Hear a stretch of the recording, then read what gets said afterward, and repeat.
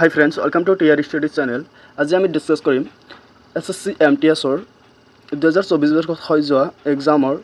জিকে জিএছৰ যেটো question paper আছিল সেই কোৱেশ্চন পেপাৰটো আপোনালোকৰ মাজত ডিসকাস কৰিম। যোৱা বৰ্ষত অহা কোৱেশ্চন পেপাৰটো ইয়াতে দেখা পাইছে ওপৰত লেখা আছে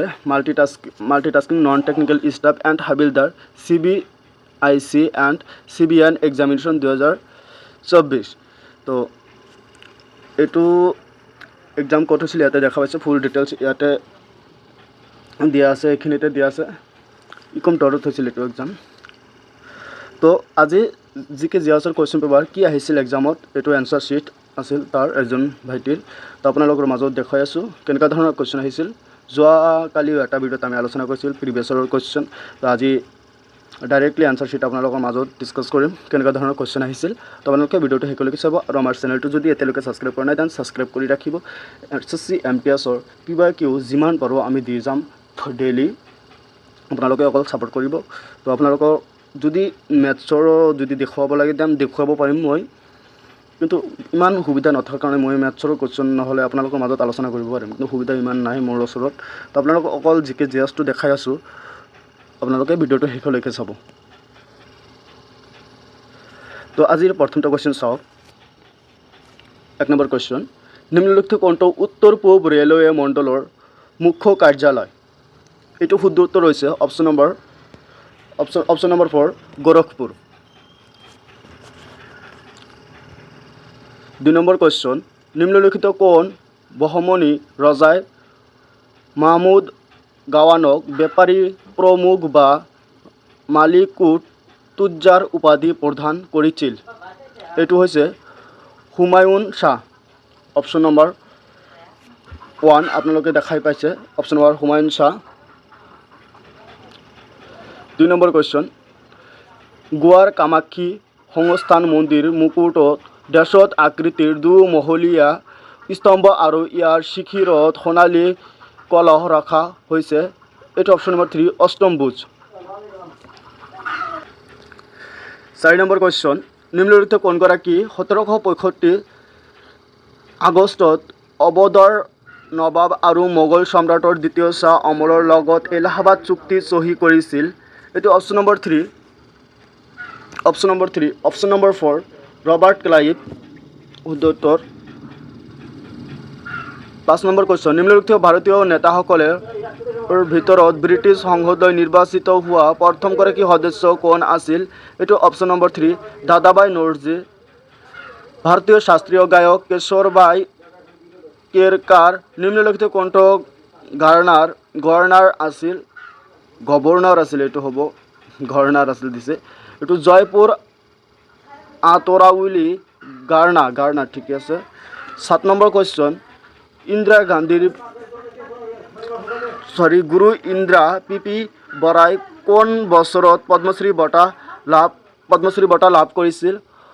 2020 চনত পদ্মশ্ৰী বঁটা এৱাৰ্ডৰ ওপৰত আপোনালোকৰ কাৰণে স্পেশাল কোৱেশ্চন আনি আছো কিমান চনত কোনে এৱাৰ্ড পাইছিল কোনে কি এৱাৰ্ড পাইছিল এই এৱাৰ্ডৰ ওপৰত আপোনালোকৰ কাৰণে স্পেশাল কোৱেশ্চন আনি আছো কিয়নো এই এৱাৰ্ডৰ ওপৰত প্ৰত্যেক বছৰে কোৱেশ্চন হোৱা দেখা যায় যোৱাকালি এটা প্ৰিভিয়াছৰ কোৱেশ্চন ডিসকাস কৰিছিল তাতো আছে প্ৰিভিয়াছৰ মানে এৱাৰ্ডৰ ওপৰত কোৱেশ্চন তাতো আহিছিল এটো কোৱেশ্চনটা আহিছিল তো আপোনালোকে এটো বুজি পালে যে এৱাৰ্ডৰ ওপৰত প্ৰত্যেক বছৰত প্ৰত্যেক শিফটতে এটা কোৱেশ্চন দিয়ে আৰু আপোনালোকে এনেকুৱা কোৱেশ্চন আহিছে দেখা পাব যে এক্সপেক্ট নকৰা কোৱেশ্চন আহি যায় কেতিয়াবা ভাবিবই নোৱাৰে যে এনেকুৱা কোৱেশ্চন দিব পাৰে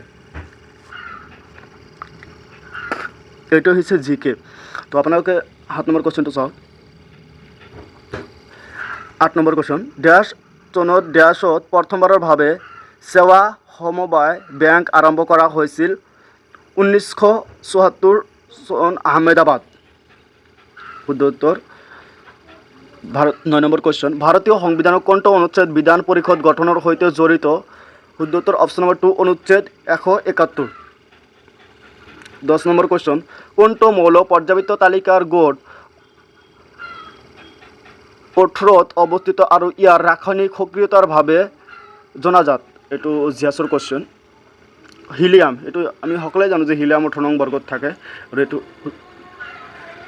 11 নম্বৰ কোৱেশ্চন তালচেৰ তাপ শক্তিৰ কেন্দ্ৰ কোনখন ৰাজ্যত অৱস্থিত ওড়িশা শুদ্ধ উত্তৰ অপচন নম্বৰ 4 12 নং কোশ্চন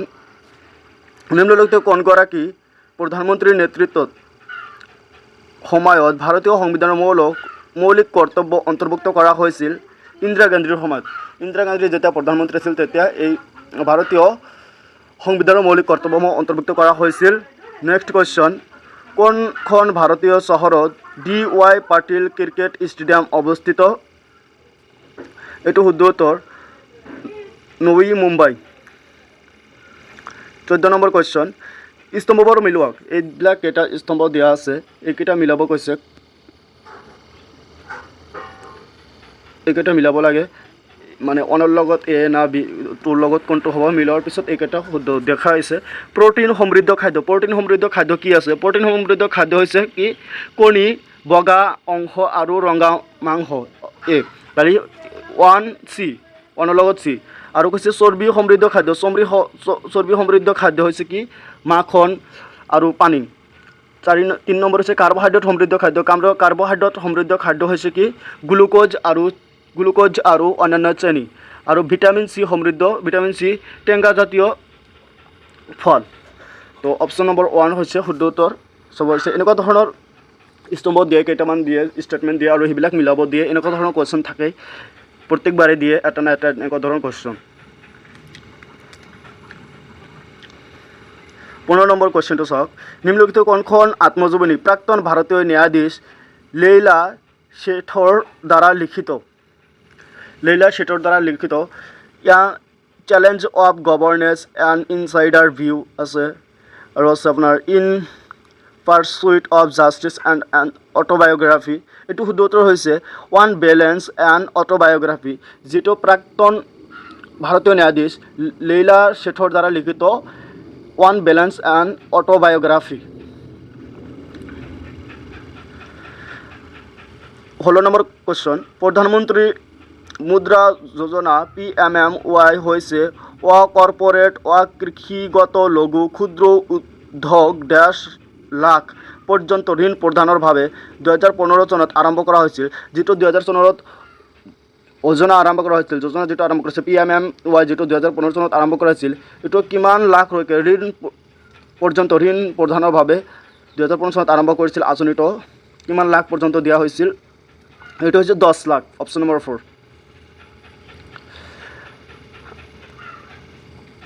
17 নম্বৰ কোৱেশ্চন আনন্দ পেডোৰা ভাৰতৰ কোন চুবুৰীয়া দেশৰ বিখ্যাত উৎসৱ ম্যানমাৰ অপশ্যন নম্বৰ 1 18 নং কোৱেশ্চন নিম্নলিখিত কোনটো জীৱ গোট সাগৰীয় অম্লীকৰণৰ ক্ষেত্ৰত অধিক অসুৰক্ষিত এটো হৈছে ক্যালসিফাইং জীৱ যেটো হেটো সাগৰীয় অম্লীকৰণৰ ক্ষেত্ৰত অধিক অসুৰক্ষিত এই জীৱটো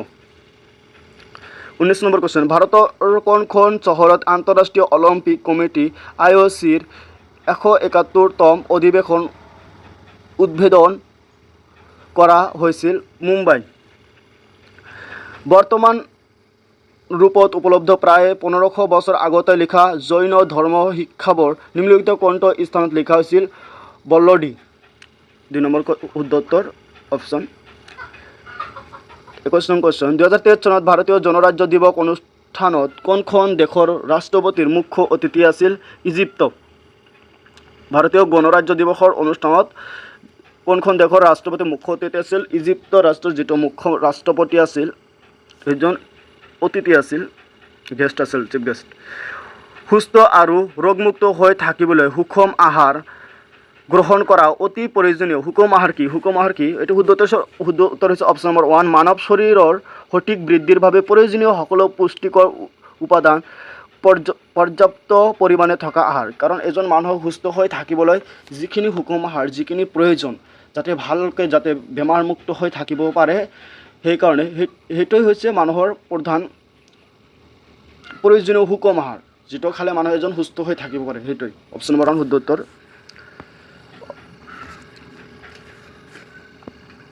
তাৰ পিছত 23 নং কোৱেশ্চন কেন্দ্ৰীয় বাজেট 2023 চনত প্ৰৱৰ্তন কৰা ৰাষ্ট্ৰীয় কাশী কোষ ৰক্তহীনতা নিৰ্মূল কাৰ্যসূচীয়ে নেশ্যনেল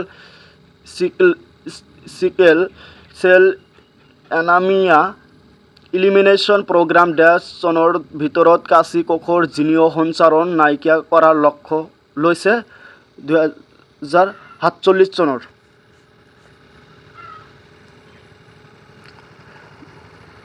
নেক্সট কুৱেশ্যন 2024 নং কুৱেশ্যন চাওক ফেব্ৰুৱাৰী 2023 চনত ইউটিউব ফেব্ৰুৱাৰী মাহৰ কৈছে এইটো 2023 চনত ইউটিউবৰ CEO হিচাপে কোনগৰাকী ভাৰতীয় আমেৰিকীয় ব্যক্তিক নিযুক্তি দিয়া হৈছিল? এইটো হৈছে নীলমোহন। ইউটিউবৰ CEOৰ ওপৰত কুৱেশ্যন আহে, এনেকুৱা ধৰণৰ কুৱেশ্যন আহে। 2023 চনত কুৱেশ্যনটো আকৌ চাওক ভাৰতীয় ফেব্ৰুৱাৰী 2023 চনত ইউটিউবৰ CEO হিচাপে কোনগৰাকী ভাৰতীয় আমেৰিকীয় ব্যক্তিক নিযুক্তি দিয়া হৈছিল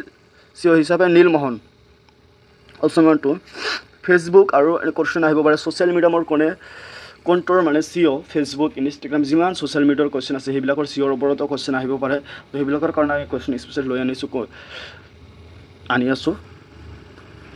এইবিলাকৰ ওপৰত কুৱেশ্যন আহি যায়। নিম্নলিখিত কোনটো ভাৰতীয় শাস্ত্ৰীয় নৃত্যশৈলী হীৰেন্দ্ৰ যোগীয়ে বিকশিত কৰিছিল? কুচিপুড়ি। এইটো শুদ্ধ উত্তৰ অপশ্যন নম্বৰ 4। তো এইখিনি আছিল GK/GR 25টা কুৱেশ্যন 2024 বৰ্ষত আহিছিল।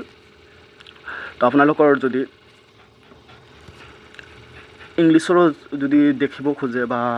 লাগে দেন আমি দিব পাৰিম, কিন্তু ইংলিছটো মই ইমান ভালকৈ এটা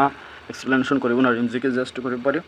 ইংলিছৰো দেখাই দিব পাৰিম, মেথছৰো দেখাই দিব পাৰিম। তো তথাপি যদি লাগে দেন জনাব, মই দিবলৈ যত্ন কৰিম। তো এইখিনি আছিল আৰু এনেকুৱা ধৰণৰে কুৱেশ্যন আহে আৰু 2025তো এনেকুৱা ধৰণৰে কুৱেশ্যন আহিব। অকল ভালকৈ পঢ়িব আৰু এই কুৱেশ্যনকেইটা আপোনালোকে নিশ্চয় চাব, ভালকৈ পঢ়ি থ'ব, কাৰণ কেতিয়াবা ডাইৰেক্টলি কমন কুৱেশ্যনো সুধি দিয়ে। তো এইখিনি আছিল ভিডিঅ'। যদি ভিডিঅ'টো ভাল পালে নিশ্চয় ছাবস্ক্ৰাইব কৰিব, লাইক কৰিব আৰু ইংলিছৰ যদি আপোনালোকে ইংলিছৰো চাব পাৰিব, যদি ইংলিছৰ লাগে দেখাই দিব পাৰিম। তো এইখিনি আছিল GK/GR কুৱেশ্যন। ধন্যবাদ।